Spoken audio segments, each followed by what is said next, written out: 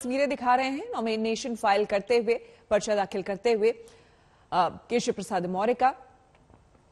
Collectorate office में वो पहुंचे हुए हैं और उनके साथ बीजेपी का जो शीर्ष नेतृत्व है वो भी पहुंचा हुआ है नॉमिनेशन फाइल करने के समय।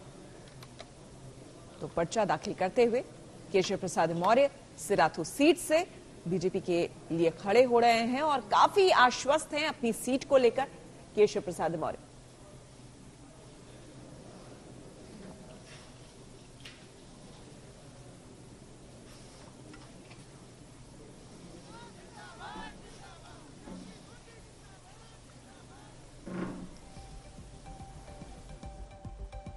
आपको बता दें कि सिराथू केशव प्रसाद मौर्य का जन्म स्थान भी है और मौर्य के नामांकन पत्र दाखिल करते समय बीजेपी अध्यक्ष जेपी नड्डा भी यहां पर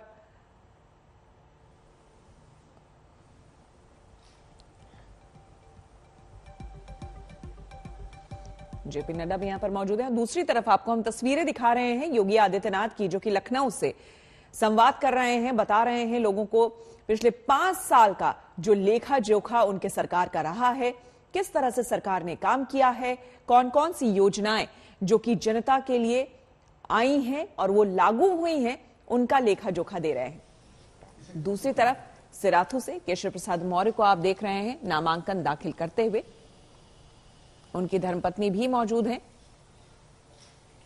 अभिषेक हमारे संवाददाता हमारे साथ जुड़े हुए हैं। अभिषेक, तस्वीरें हम देख रहे हैं, नॉमिनेशन फाइल कर रहे हैं और इसके साथ ही सिराथू सीट जो है काफी इंपॉर्टेंट या फिर कह लीजिए कि वीवीआईपी सीट हो जाती है केशव प्रसाद मौर्य के यहां पर उतरने से।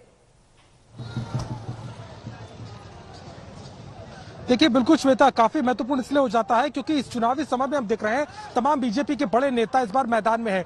अखिलेश यादव ने भी फैसला तभी लिया जब योगी आदित्यनाथ और केशव मौर्य के मैदान में होने का ऐलान होता है और वो भी फिर करहल से चुनावी ताल ठोक रहे हैं। लेकिन सिराथू में जहां मौजूद है, इस इलाके में कहीं ना कहीं बीजेपी का गढ़ है। कौशाम्बी, प्रयागराज और तमाम जो आसपास के इलाके हैं, यहाँ से बीजेपी को 2017 के चुनाव में काफी बहुमत मिला था और खुद केशव मौर्य यहाँ जब उतरते हैं सीट से तो कहीं ना कहीं ये संदेश देते हैं कि काडर कितना मजबूत है। और इस चुनाव में चूंकि सीधी लड़ाई समाजवादी पार्टी के साथ में है, तो इस लड़ाई को देखते हुए सिराथू को चुन करके कहीं ना कहीं केशव मौर्य भी ये संदेश देना चाहते हैं कि भले ही वो उनकी सीट रही हो, लेकिन इस पूरे क्षेत्र में उनका ही वर्चस्व है। अपने काम को लेकर के बीजेपी जा रही है, लेकिन आज के नामांकन के बाद जब एक जनसभा ठीक सामने यहाँ पर एक जगह है जहां पर जनसभा होगी, वहां पे खुद जेपी नड्डा भी मौजूद रहेंगे, केशव मौर्य भी मौजूद रहेंगे और सीधे तौर पर हाशिए पर और निशाने पे समाजवादी पार्टी ही होगी।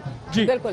तो जो बड़े बड़े नामों के बारे में आप बता रहे हैं अभिषेक, उन पर भी नजर थी। देखिए आपको हम कलेक्ट्रेट के अंदर की तस्वीरें दिखा रहे हैं जहां पर केशव प्रसाद मौर्य ने अभी अभी अपना नामांकन दाखिल किया, पर्चा भरा। उनकी धर्मपत्नी भी वहां पर मौजूद हैं और साथ ही साथ आपको हम बता दें थोड़ी देर में एक जनसभा होने वाली है। अभिषेक, ये बताइए, बताया जा रहा था कि जेपी नड्डा वहां पहुंचने वाले हैं, धर्मेंद्र प्रधान पहुंचने वाले हैं, अनुप्रिया पटेल पहुंच रही हैं, तो क्या ये तमाम लोग वहां पहुंच चुके हैं?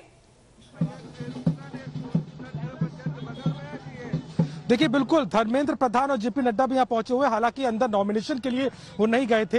अंदर नॉमिनेशन के लिए उनके प्रस्तावक के तौर पे शीतला प्रसाद जो कि विधायक है वो पहुंचे थे और बाहर इंतजार हो रहा है समर्थकों को। आप देख सकते हैं ये कलेक्ट्रेट के ठीक बाहर की जगह है जहां पर तमाम जितने समर्थक है वो जुटे हुए हैं, तो इंतजार में है कि कब केशव मौर्य आएंगे और उसके बाद में यहाँ पर उनका स्वागत होगा। यहाँ से थोड़ी ही दूर पर, जैसे मैंने आपको बताया कि जनसभा स्थल है, वहां पे जनसभा होनी है। वो जनसभा बहुत महत्वपूर्ण होगी क्योंकि कौशाम्बी के जिले में आप सिराथू की सीट से खुद राष्ट्रीय अध्यक्ष जेपी नड्डा भी रहेंगे और केशव मौर्य, चूंकि लगातार उत्तर प्रदेश के तमाम इलाकों में भी हमने देखा, चाहे पश्चिमी उत्तर प्रदेश हो चाहे पूर्वी उत्तर प्रदेश हो, केशव मौर्य की मौजूदगी वहां रही है। लेकिन अपने ही विधानसभा क्षेत्र में आज नामांकन करने के बाद केशव मौर्य सीधे तौर पर समाजवादी पार्टी पर सवाल उठा रहे हैं। हमसे भी उन्होंने जब बात की तो बार बार इस बात को कहा कि जयंत चौधरी, अखिलेश यादव के गठबंधन की कोई भी साथ उत्तर प्रदेश में नहीं दिखेगी और वो अपने काम को लेकर के, चूंकि पीडब्ल्यूडी का डिपार्टमेंट उनके पास में रहा है, अब सड़कों को लेकर के क्या काम हुआ है, अलग अलग योजनाओं में क्या काम हुआ है, उसको लेकर के बीजेपी के नेता कई आश्वस्त है